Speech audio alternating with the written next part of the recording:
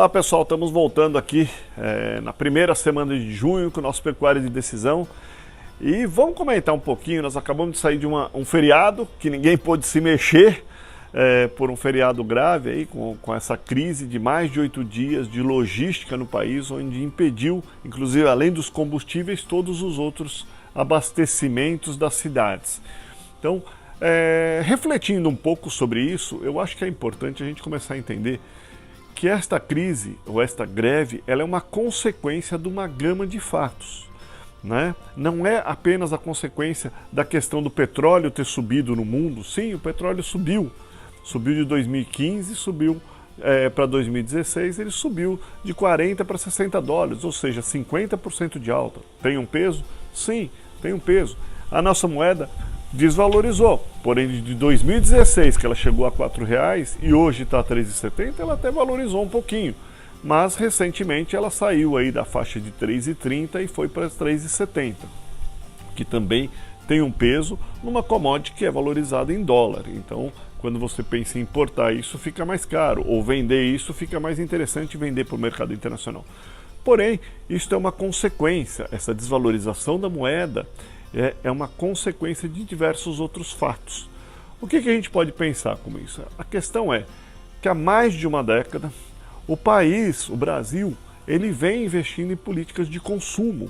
E o que são políticas de consumo ao invés de políticas de investimento? Políticas de consumo são aquelas onde a gente pega os nossos recursos, o dinheiro disponível na economia, e houve um volume de recursos muito grande disponível de 2002 para frente, houve um volume muito grande disponível de capital no mundo, e a gente, ao invés de utilizar esse dinheiro de uma forma a favorecermos estruturas de investimento e competitividade, nós utilizamos para fazer políticas de consumo, que são o quê?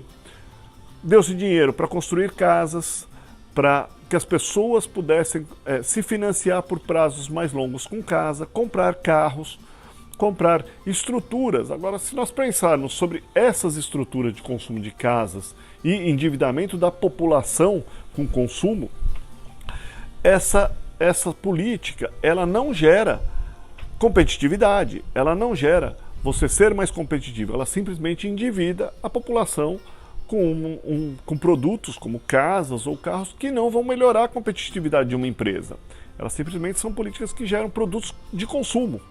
Ou seja, se nós pensarmos aí, quando a gente começa a olhar o mundo e o dinheiro que esse mundo tem para aplicar no país, com o passar de 10 anos acumulados, onde você faz política de consumo e não política de investimento, você perde competitividade. O nosso governo, ao invés de se enxugar e deixar uma estrutura mais competitiva, ele contratou pessoas, inflou a estrutura. Não melhorou as políticas de relações trabalhistas. Pelo contrário, ele deixou mais rígidas.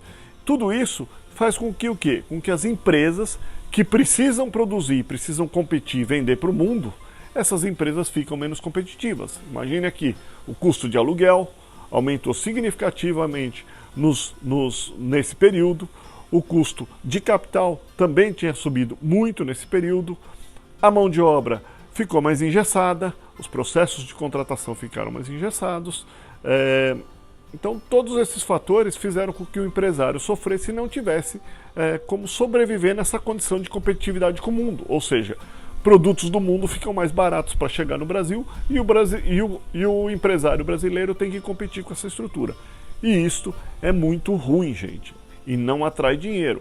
O capital, ao olhar para essas estruturas, e quando você tem os juros americanos subindo e pagando mais por esse dinheiro disponível no mundo, esse dinheiro vai para lá ou vai para outros países onde é mais interessante se investir. Ok? O que seria o que a gente deve fazer e a gente deve valorizar daqui para frente? E a gente deve prestar atenção ao procurar por nossas estratégias de país. A gente deve procurar por estratégias que fazem com que a gente seja competitivo. E o que é isso? Significa que a gente deve pegar e buscar recursos, dinheiros, para dar um caminho competitivo às nossas empresas, pois são elas as estruturas que pagam impostos, que contratam pessoas. E no país, os empresários, a maioria dos empresários, está sofrendo. Não são apenas esses empresários corruptos que a gente viu e trabalharam junto a essa crise, junto com os políticos. Não, as estruturas empresariais, os pequenos empresários, têm gente muito séria e que trabalha para produzir e precisam de estruturas competitivas porque eles sozinhos não conseguem fazer isso. Então as políticas precisam ser tomadas para favorecer esses empresários. Estes, se são corretos, favorecer com que eles cresçam e com que eles desenvolvam e captem recursos para sermos competitivos em relação ao mundo.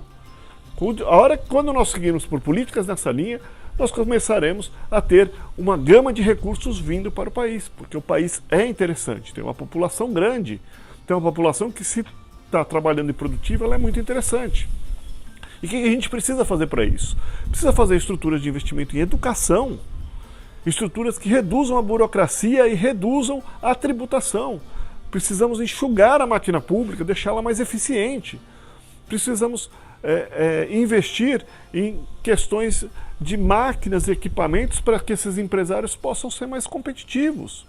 Então, fazer com que as empresas e com que o empresário que toma risco e assume o risco para contratar as pessoas possa ganhar estruturas competitivas para vender para o mundo.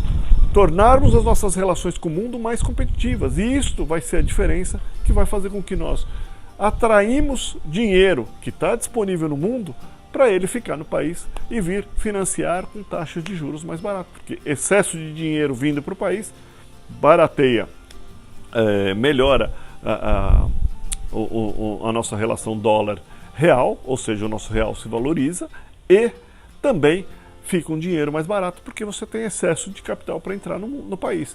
Então isso é importante, gente. E isso está muito importante em a gente escolher nessas eleições os nossos novos políticos, de forma que eles busquem essas estruturas estratégicas e não apenas o consumo, que muitas vezes aparece interessante para as pessoas porque sentem que podem comprar coisas, mas aquele consumo ele não nos dá estruturas competitivas para sobrevivermos no longo prazo, ok? Vamos aproveitar então também comentar um pouquinho alguns pontos que são interessantes nos nossos próximos vídeos. Vamos comentar um pouquinho a questão da eficiência de compra de animais.